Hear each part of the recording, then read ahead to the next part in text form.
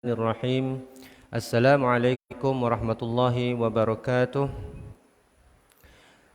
Alhamdulillahi rabbil alamin.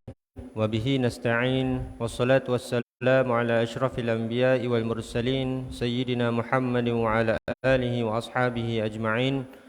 Subhanaka la ilma lana illa ma 'allamtana innaka antal alimul hakim. Rabbana shrah lana sudurana wa yassir lana umurana wahlul 'uqdatam min alsinatina wa yafqahu lana aqwalina. Allahumma zidna ilman nafi'a warzuqna fahman wasi'an ya arhamar rahimin.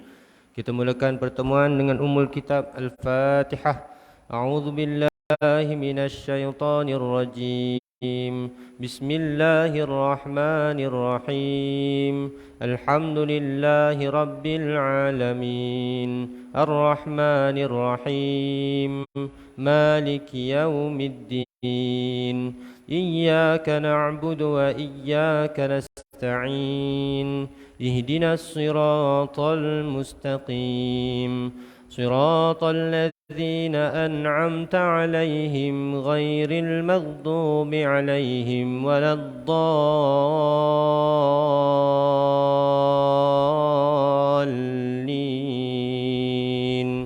Amin. Alhamdulillah, summa alhamdulillah. Pertama dan selama-lamanya bersyukur kita kepada Allah Subhanahu wa taala atas segala nikmat yang Allah kurniakan pada kita, segala kesempatan, kurniaan dan kekuatan yang Allah masih bagi pada kita untuk terus hadir ke masjid dan majlis-majlis ilmu. Alhamdulillah. Salawat dan salam pada junjungan tercinta Nabi Muhammad sallallahu alaihi wasallam serta seluruh ahli keluarga dan sahabat-sahabat baginda sekalian. Yang saya hormati pengerusi masjid, barisan ahli jawatan kuasa masjid, pegawai-pegawai, imam-imam, bilal-bilal, siap masjid, datuk datin, hadirin hadirat yang dirahmati Allah. InsyaAllah pertemuan yang agak ringkas ni, saya minta maaf pertamanya terlambat sebab masih bertugas di Bukit Cedang. Saya bawa maghrib, lepas maghrib baru datang sini. Jadi ada terlambat sedikit, mohon maaf. Itu daripada saya sendiri yang salah jadual. Tak ingat minggu ni rupanya di sini. Jadi bertugas di sana juga, tak sempat nak minta tukar. Jadi isyak ni pun nanti di Bukit Cedang tak ada orang bawa imam semua, tak ada. Jadi mungkinlah bila imam tak ada, dalam perkeliling kita ni, Bilal satu kena naik jadi imam, kan? Kalau tak Bilal satu, mana-mana Bilal ataupun ahli jawatan kuasa, kalau ikut hadis Nabi SAW, a'immatul mu'minin, yang menjadi imam di antara orang mukmin ni, aqra'u minhum, yang paling fasih bacaan antara mereka. Afqahu minhum, yang keduanya sifat dia, yang paling faqih, yang tanya soalan fiqh boleh jawab. Ustaz ni apa hukum ni? Ni macam ni, ni macam ni. Kalau macam tu jadi haram, kalau macam ni jadi wajib. Orang tu, yang terakhir baru yang paling tua. Dia tak ada istilah yang tua dulu. Budak-budak saf belakang. Ini semua ni adat yang menyusul. Jadi kalau tak ada juga semua tu, anggaplah tu rezeki. Makmum selama ni yang duduk di belakang nak jadi imam pula, nak duduk di depan. Ini yang terjadi di surau masjid kita ni. Tak ada imam, di report Nabi jabatan sampai report Zuhur tak ada. Satu waktu tak ada imam tu, kebetulan tak dapat keluar daripada pejabat contoh kan. Di report habis jabatan dah. Pecat imam ni tak datang. Padahal itu rezeki kepada yang lain. Memang masjid saya sendiri Bukit Cedang 4 orang imam 4 orang imam seorang doktor, seorang pensyarah, seorang freelancer macam saya, seorang yang dah pencen, yang betul-betul ada dekat masjid 24 jam. Kot 4-4 ditakdirkan Allah busy, memang busy. Tak ada lah imam jadi macam tu lah. Jadi sama-sama lah kita pun ambil sebelum kita ke depan. Ini rezeki untuk kita ke depan, sebelum nanti kita duduk depan imam pula. Yang itu dah semua orang akan rasa orang, tak payah nak tunggu dah, itu memang confirm terjadi. Ni yang berdiri sini tu tak confirm lagi. Jadi kemungkinan itu rezeki daripada kita. Bahkan Nabi SAW menyebut Pahala orang imam ni, walaupun tanggungjawab dia, amanah dia besar nak kena tanggung segala bacaan ni, tetapi pahala dia akan menjadi yang awal-awal sekali masuk syurga. Di antara a'immatul muslimin ni, orang imam-imam orang Islam ni, yang pertama ditanya, kalau baik kawasan itu, imam dia lah yang kena pilih. Kalau teruk kawasan itu, imam dia lah yang kena paling banyak kena tanya. Contoh kan. Jadi wa'iyadzubillah. Dan juga Nabi SAW ada sebutkan pahala orang yang azan ni, kalau aku bagi tahu pada kamu pahala orang yang azan, nescaya kamu semua akan berebut-rebut nak azan setiap waktu. Keistimewaan muazzin ataupun Bilal. Dengan walaupun syarat azan ni suara kena nyaring, menjerit kat situ. Tak perlu merdu, tak perlu lunak, tak perlu sedap. Nyaring, kuat, itu syiar. Kita nak sampaikan sejauh mana suara kita boleh sampai. Bilal bin Rabah, tuan-tuan dan puan-puan dan dimati Allah, tak payah mikrofon pun 2 kilometer boleh dengar suara. Kita hari ni mikrofon pun orang bawah tak dengar. Apa ni, tak azan ke? Allahu Akbar, lembut dah. Nyaringkan suara, itu sunnah ada, menyebarkan syiar Islam. Kalaulah kita tahu pahala orang azan, setiap waktu kita nak azan. Dan jadi itu keistimewaan yang Nabi SAW ada sebutkan dalam hadis baginda, yang termasuklah yang kita dah pelajari pada pertemuan sebelum ni. Kalau ingat lagi, pertemuan sebelum ni kita dah bicarakan mengenai Al-Kautsar ataupun Al-Haud. Al-Kautsar ni disebutkan dalam Al-Quran satu surah. Bismillahirrahmanirrahim. Inna a'tainakal kautsar, sesungguhnya kami telah memberikan kau wahai Muhammad Al-Kautsar. Nanti kita cakap Al-Kautsar tu apa. Fasalli li rabbika wanhar, maka solatlah kepada Tuhanmu, menunjukkan rasa syukur. Isyarat dia fasalli, pergi solat. Bersyukur sangat, ya Allah, bestnya dapat nikmat hari ni banyak, pergi solat. Wanhar, yang kedua, suruhan bila bersyukur selepas solat apa lagi? Berkorbanlah. Ada duit lebih tu, masuklah bahagian korban sikit. Tak mampu seekor kambing, masuk lembu satu bahagian, kan? Ini menunjukkan syukur, kerana banyak. Ini isyarat bersyukur, dua tanda ni dalam surah Al-Kautsar. Fasalli li rabbika wanhar, inna syani'aka huwal abtar. Dan sesungguhnya orang yang membencimu wahai Muhammad, merekalah yang patutnya dibenci, atau merekalah yang kerugian. Okey, berbicara tentang Al-Kautsar. Inna a'tainakal kautsar, sesungguhnya kami telah memberikan kau wahai Muhammad Al-Kautsar. Secara bahasanya Al-Kautsar ni bermaksud nikmat yang banyak. Telah berikan kau nikmat yang banyak. Nabi Muhammad SAW diingatkan dalam surah ni, bagaimana tanda kamu bersyukur. Kenapa perlu bersyukur? Kerana diberikan nikmat yang banyak. Secara bahasanya Al-Kautsar bermaksud nikmat yang banyak. Adapun secara istilahnya, Al-Kautsar itu bermaksud telaga Nabi SAW. Ulama berkhilaf pendapat. Ada yang mengatakan telaga Al-Kautsar ni ada ketika dibangkitkan di mahsyar nanti. Telaga Nabi SAW disebutkan dalam beberapa hadis yang dah kita bicarakan. Ada hadis riwayatnya yang mengatakan telaga itu sepanjang daripada satu wilayah di negara Oman tu sampai ke Syria. Panjanglah. Ada juga riwayat lain yang mengatakan telaga Nabi SAW ni dalamnya ada air yang mana sesiapa yang minum daripada telagaku tak akan merasa kehausan lagi selama-lamanya. Maksud ini antara syafaat ataupun bantuan Nabi SAW terhadap umat mukminin, umat baginda SAW yang bangun kita semua nanti dimatikan, sehinggalah ditiupkan sangkakala kedua, dibangkitkan semula. Dibangkitkan dalam keadaan bagaimana kita mati tu. Kalau mati dalam hutan, bangkit daripada hutan, bangkit daripada kubur, yang makan masa ratusan tahun. Dan bila bangkit kembali, semua kita ni daripada Nabi Adam sehingga manusia terakhir nanti mempunyai tujuan yang sama, yakni berkumpul di padang mahsyar. Jadi perjalanan ke mahsyar tu Allah gambarkan dalam Al-Quran. Orang beriman macam-macam. Orang beriman ada yang naik kenderaan yang tak pernah nampak. Hafiz Quran dapat kenderaan berjalan ke mahsyar, tak payah nak jalan kaki dah. Orang yang hafal Quran contohnya. Orang kafir pula dibangkitkan seberat gunung Uhud. Allah nak azab dia daripada perjalanan dia bangun nak pergi mahsyar dah kena azab dah. Kepala dia berat macam gunung Uhud. Macam mana nak berjalan tu? Dan juga digambarkan dalam surah lain, orang beriman ni bahagian depan dengan bahagian kanan dia ni bercahaya. Jadi belah kiri dia gelap. Belah kiri dia tu siapa? Orang yang tak beriman. Dia berjalan dalam kegelapan menuju ke mahsyar bersama-sama. Jadi orang yang beriman nampak orang beriman yang lain. Belah depan, belah kanan semua bercahaya. Tapi belah kiri gelap. Itulah orang tak beriman akan lalu situ.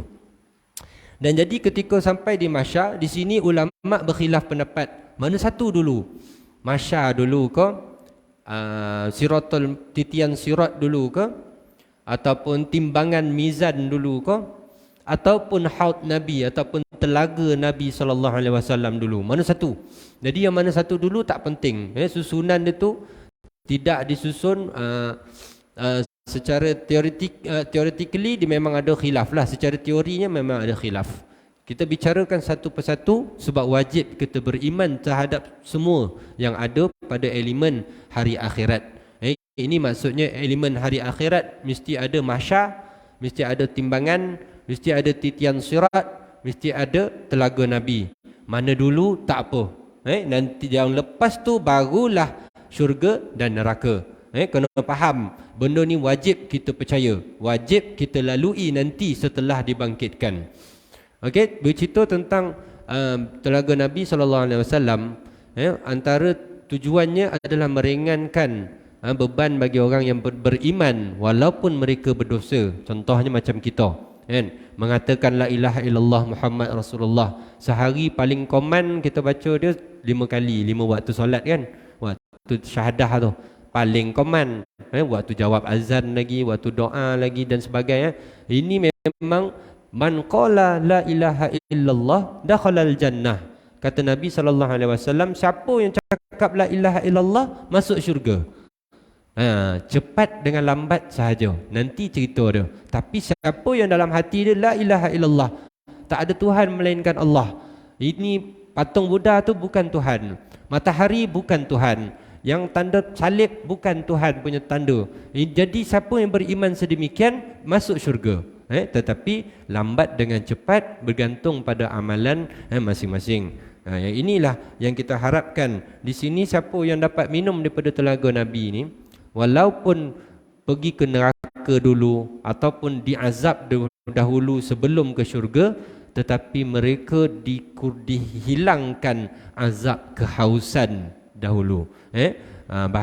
Mereka tidak berada dalam keadaan haus lagi bagi siapa yang dapat minum daripada telaga Nabi SAW.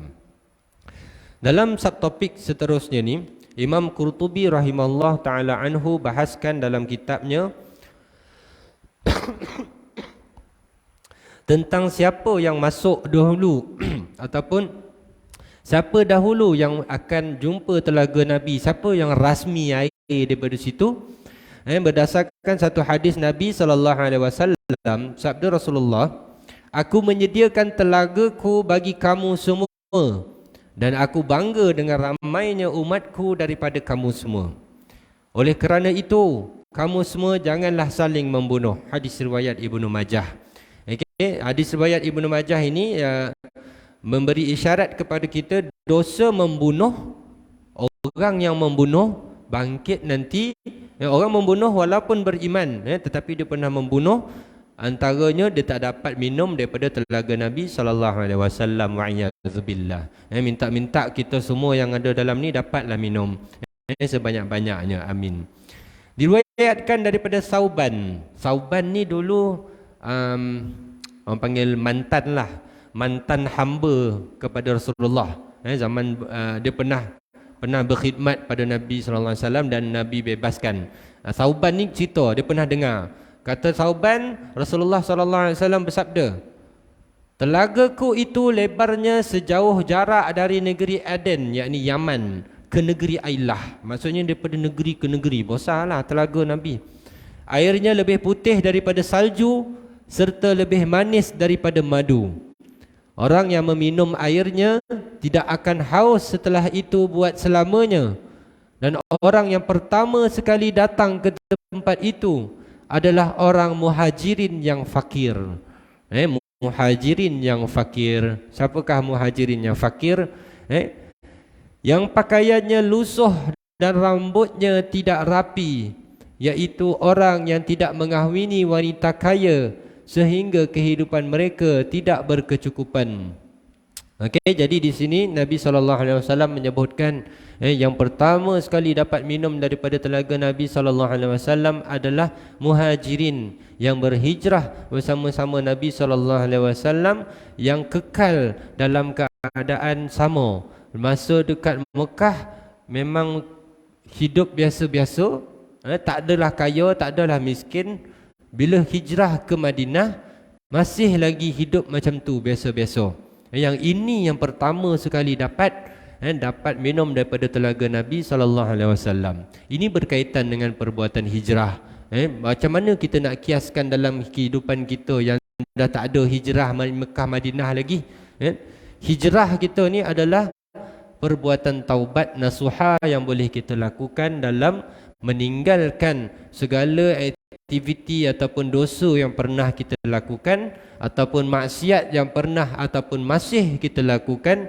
Kita tinggalkan dia, kita hijrah jadi orang baru. Jadi ini isyarat pahala hijrah. Ketika zaman Nabi SAW hijrah, hijrah ni berkaitan dengan hadis yang pertama, innamal a'malu binniyat. Semua orang tahu agak hadis tu kan, sesungguhnya semua amalan itu bermula dengan niat. Kalau buka hadis 40, inilah hadis pertama. Wa innama likulli imri'in ma nawa, dan sesungguhnya pada setiap manusia ni ada apa yang dia niatkan.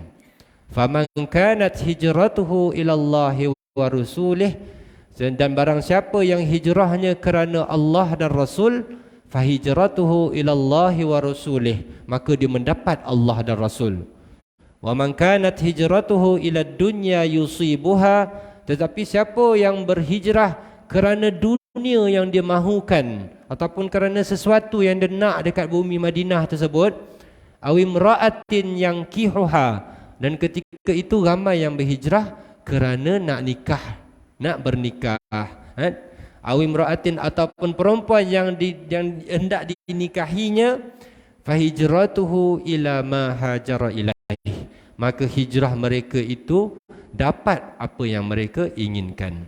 Jadi hadis pertama Nabi SAW yang dalam hadis Arba'un tu, hadis 40 tu, berkaitan dengan setiap amal yang mesti mempunyai niat.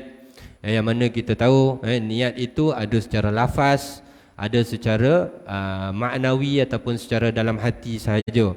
Contohnya niat bulan Ramadan, kalau kita tahu itu bulan Ramadan, dah 10 hari bulan Ramadan contohnya, dan setiap 9 hari bulan sebelum tu pun kita puasa. Cumanya pagi tu kita tak, malam tu kita tak baca nawai tu saum maghadin tu, tak baca. Tapi kita tak makan, tak minum. Jadi berniat tak kita sebenarnya di situ? Berniat. Maksudnya kita berniat untuk berpuasa. Semuanya tak lafaz. Jadi puasanya sah. Dan ada juga ibadah yang memerlukan niat itu disebut. Contohnya macam solat, usalli fardhu subhi, disebut ataupun disebut maknawi dia, sahaja aku sembahyang fardu subuh 2 rakaat kerana Allah Taala. Tak boleh kita Allahu akbar waktu subuh, memanglah aku sembahyang subuh, tak boleh, kena niatkan fardu ke sunat. Fardunya fardu apa, berapa rakaat, itu dalam niat. Berbeza dengan niat puasa tadi, yang mana kalau kita dah tahu bulan puasa dan kita memang orang yang puasa, itu bermaksud kita telah pun berniat untuk berpuasa. Adapun penambahan lafaz niat puasa tu dapat pahala sunat. Okay? Oh, tak habis lagi pasal telaga tadi. Okey, yang cerita Sauban tadi. Kata Nabi SAW, telagaku itu lebarnya jarak daripada Yaman ke negeri Ailah. Airnya lebih putih daripada salju dan lebih manis daripada madu. Orang yang meminum airnya tidak akan haus buat selama-lamanya. Dan orang pertama yang akan datang minum adalah muhajirin yang fakir, yang pakaiannya lusuh, rambutnya tidak rapi, iaitu orang yang tidak mengahwini wanita kaya sehingga kehidupan mereka tidak berkecupan. Mendengar kata-kata Rasulullah SAW, Umar menangis sehingga basah janggutnya. Sayyidina Umar radhiyallahu anhu antara yang paling keras sekali sahabat Nabi SAW. Sebelum masuk Islam pun memang general, bila dah masuk Islam pun memang paling syadid. Masuk Islamnya Sayyidina Umar ni kerana adik dia, kita pun tahu kisah kan. Dia mengamuk marah, mana adik dan? Dia cari, mana adik dan? Dia pergi jumpa seseorang ni, dan seorang ni cakap, adik kau dah ikut Muhammad. Siapa Muhammad ni? Dia marah betul dengan Umar. Umar marah betul. Dan ketika dia pergi jumpa adik dia tu, adik dia mengaku, aku dah pun memeluk Islam. Dia tamparkan adik dia, sekali kan. Dia keluar, adik dia tak nak, aku takkan balik ke agama lain. Aku akan tetap dalam Islam. Jadi apa terjadi? Sayyidina Umar dalam marah-marah pemarah itu, rupanya yang paling disayang itu adik dia tu, yang buat dia dengar baca Quran. Yang lama-lama dia pun jatuh, masuk Islam. Dan bila masuk Islam, Sayyidina Umar pula yang paling garang, bawa tongkat, bawa pedang ke mana-mana. Betulkan soft ni pakai pedang ni, dan nak luruskan soft ni pakai pedang Sayyidina Umar. Dan bila, tapi apa terjadi bila dengar hadis begini? Umar menangis sehingga basah janggutnya, menangis yang sangat-sangat. Lalu berkata, aku mengahwini wanita kaya sehingga hidupku berkecukupan. Sekarang aku tidak lagi mencuci bajuku sehingga bajuku menjadi lusuh, dan tidak meminyaki rambutku agar tidak kelihatan rapi. Hadis riwayat Al-Tirmizi. Mendengar sebegitu, Sayyidina Umar sendiri pun merasakan bahawasanya tak layak untuk kita bercantik-cantik di dunia, kalaulah di akhirat nanti kita jadi yang terakhir ataupun yang lambat. Punyalah sayang sahabat pada Nabi SAW ni, minum lambat pun tak nak jadi yang awal-awal juga. Kita hari ni tuan-tuan dan puan dibacakan kitab ni, wa'iyadzubillah kan, tak kisah pun. Kalau boleh kita dah belajar, kita dah beriman dengan kewujudan ni, doalah hari-hari dapat kan, dapat minum daripada ni, daripada telaga Nabi. Anas bin Malik radhiyallahu anhu berkata, orang yang pertama sekali datang ke telagaku adalah orang yang lemah dan kurus, serta sentiasa menahan diri dengan berpuasa dan berada di masjid, iaitu orang yang apabila malam tiba, mereka menghadapinya dengan bersedih. Okey, jadi di sini ada riwayat lain daripada Sayyidina Anas bin Malik yang mengatakan orang yang pertama datang nanti minum ke telaga Nabi SAW yang lemah, yang kurus. Bukan yang lemah yang kurus yang sengaja, tetapi yang lemah yang kurus yang kerana menahan diri dengan berpuasa dan berada di masjid. Memang berada i'tikaf di masjid sehingga tiba waktu malam, maksudnya waktu kena pulang, dia merasakan kesedihan. Ini pun golongan-golongan yang mendapat naungan Allah Subhanahu Wa Taala pada hari akhirat nanti, yang hatinya melekat di masjid. Pemuda yang hatinya melekat di masjid. Tuan-tuan yang perempuan semua ni lah, yang mana dalam hujan, dalam ribut pun nak juga pergi masjid. Tak dapat pergi masjid Sungai Landak ni, pergi masjid lain. Itu maksudnya hati kita ni melekat dengan masjid. Jangan alasan ni beribu kan, alah tak pakai kopiah lah, tak pakai kopiah tak nak pergi masjid ni kan. Dan macam-macam. Tak apa, masa panjang lagi tak boleh kan. Kalau dah ada masjid, dah masuk waktu pergi.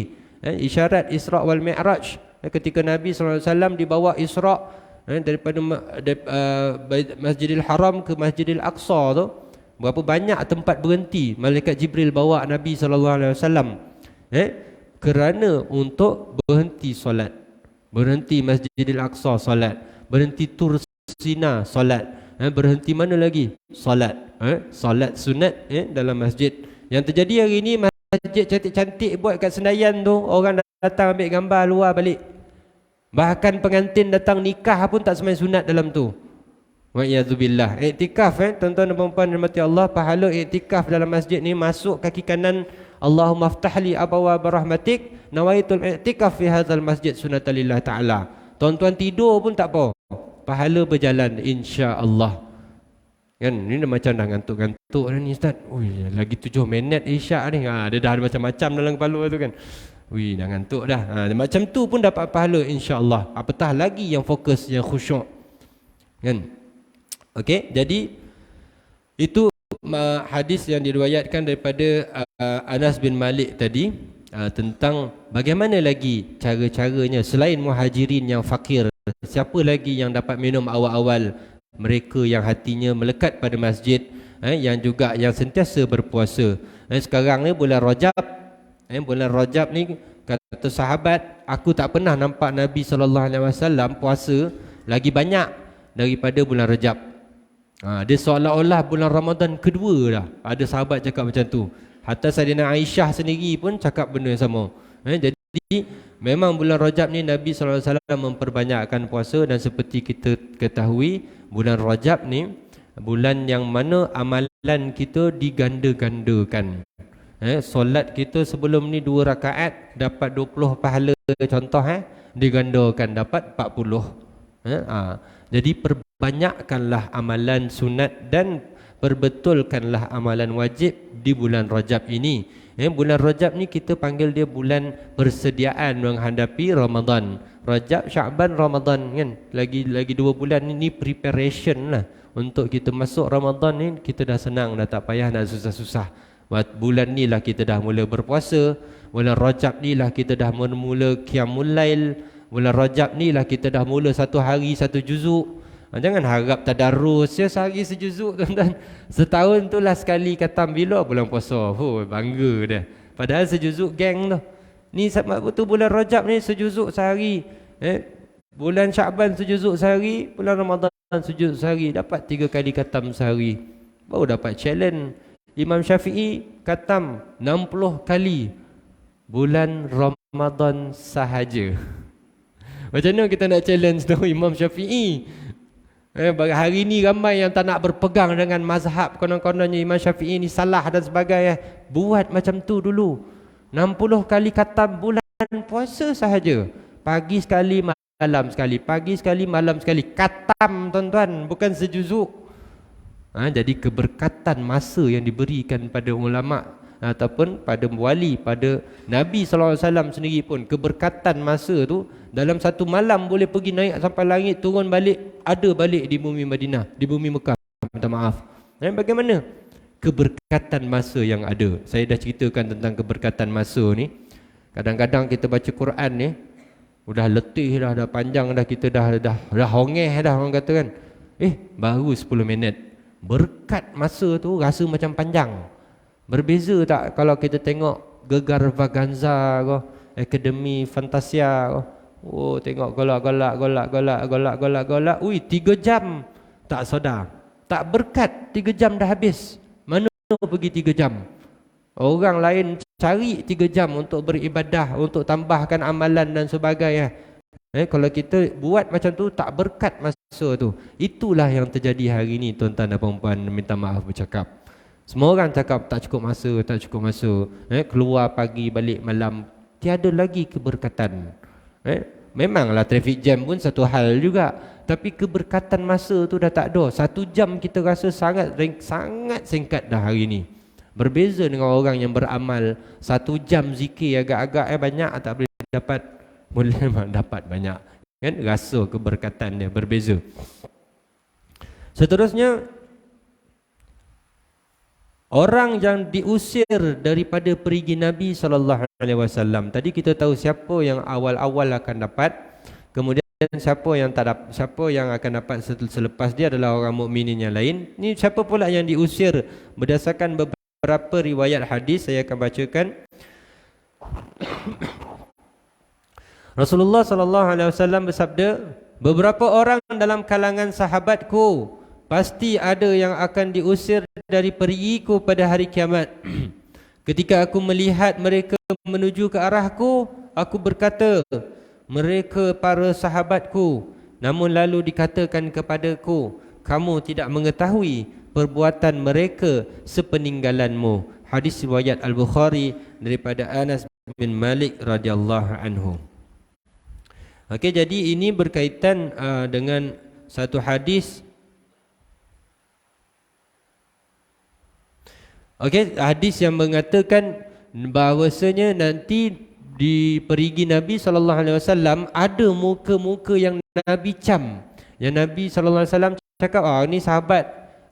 Ada beberapa riwayat, hadza sahibi, hadza zamili,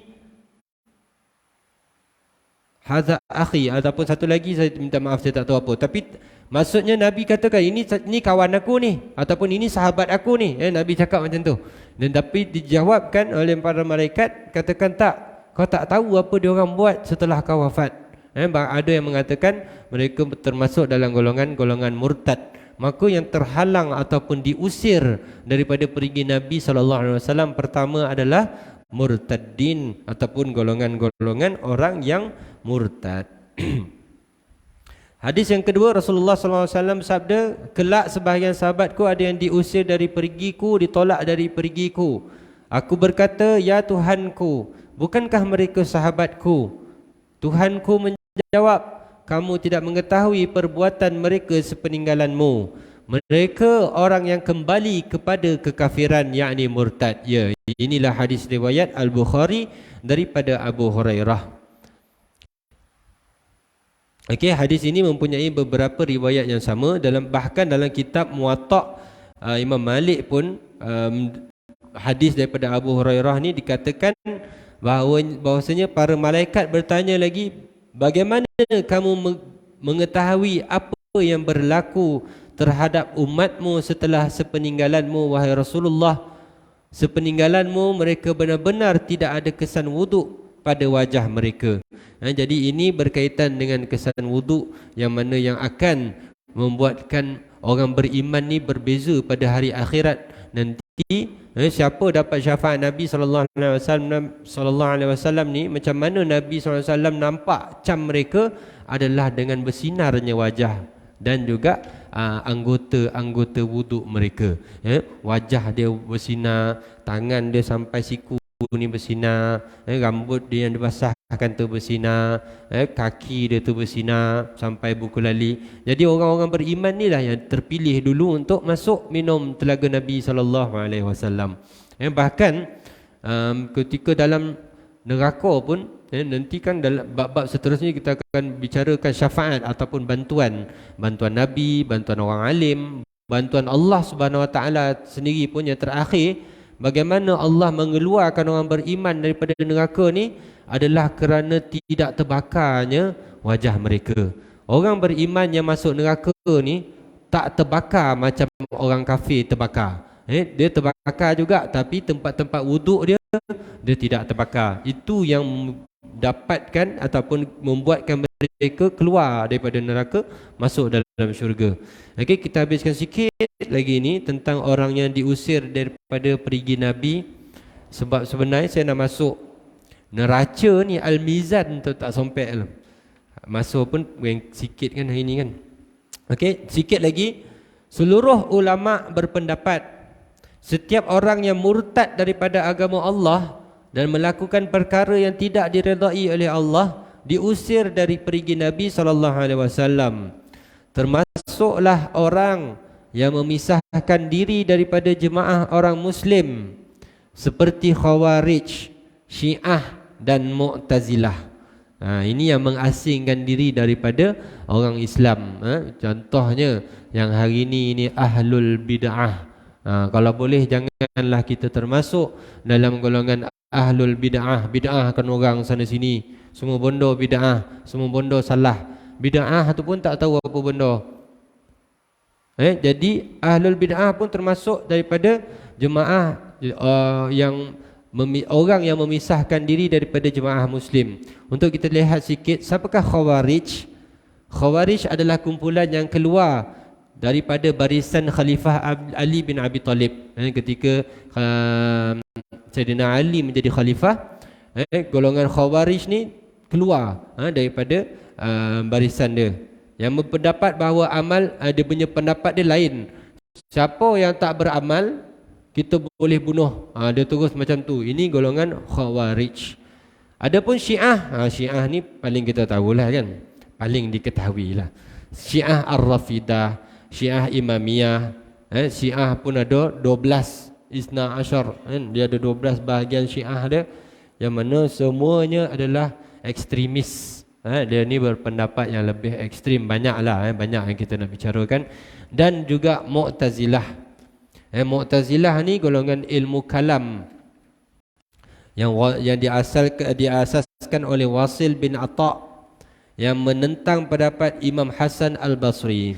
Imam Hasan Al-Basri adalah imam yang kita pegang pada pegangan akidahnya, dan juga Imam Abu Mansur Al-Maturidi. Ini dua pegangan akidah kita pada hari ini, Imam Abu Hasan Al-Ash'ari dan Imam Abu Mansur Al-Maturidi. Ini untuk akidah. Untuk fiqh kita pegang pada 4 mazhab. Kena faham tu.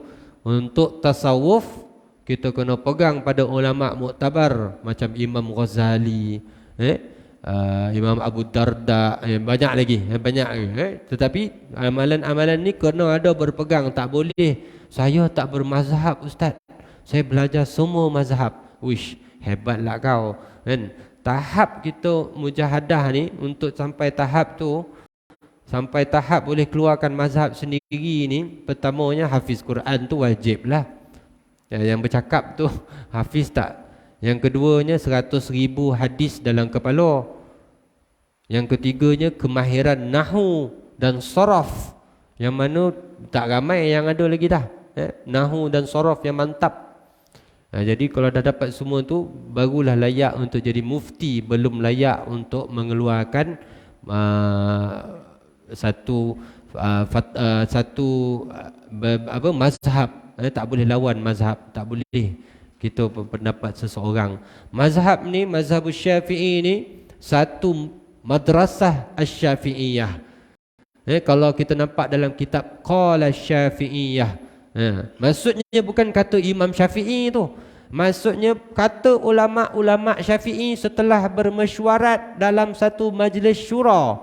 Ataupun kalau kita nampak dalam kitab Qala ba'da Syafi'i, ba'da bukan ba'da, ba'da Syafi'iyah, sebahagian daripada ulama Syafi'i. Maksudnya dalam majlis syura tu, contohnya mereka keluarkan fatwa, separuh setuju, separuh tak setuju. Jadi dicatat dalam kitab ba'da Syafi'iyah. Tiba-tiba kita cakap ini salah ni, Imam Syafi'i tak pandai.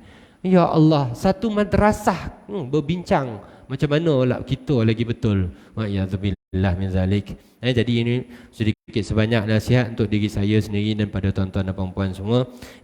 Antara dia yang mudah untuk kita faham, mazhabul awam muftiyun. Janganlah kita memandai-mandai lebih-lebih. Mazhab orang awam ni adalah mufti dia. Kita ikutlah apa kata mufti kita. Apa yang A lah, B lah, selagi tak langgar syarak, selagi tidak melanggar syiar. Jadi aku qauli hadza, astaghfirullahalazim li wa lakum. Mohon maaf atas segala kekurangan dan terima kasih atas segala perhatian yang diberikan oleh semua. Saya rasa kita berhenti di sini dahulu pada minggu ini. Bab yang ke-9 masih muka surat 480, mana kita akan bicarakan pada pertemuan akan datang neraca amal di akhirat, bab yang ke-10 insya-Allah. Aku qauli hadza, kita tangguhkan pertemuan dengan tasbih kafarah dan suratul asr. Subhanakallahumma wa bihamdika asyhadu an la ilaha illa anta astaghfiruka wa natubu ilaik. Bismillahirrahmanirrahim.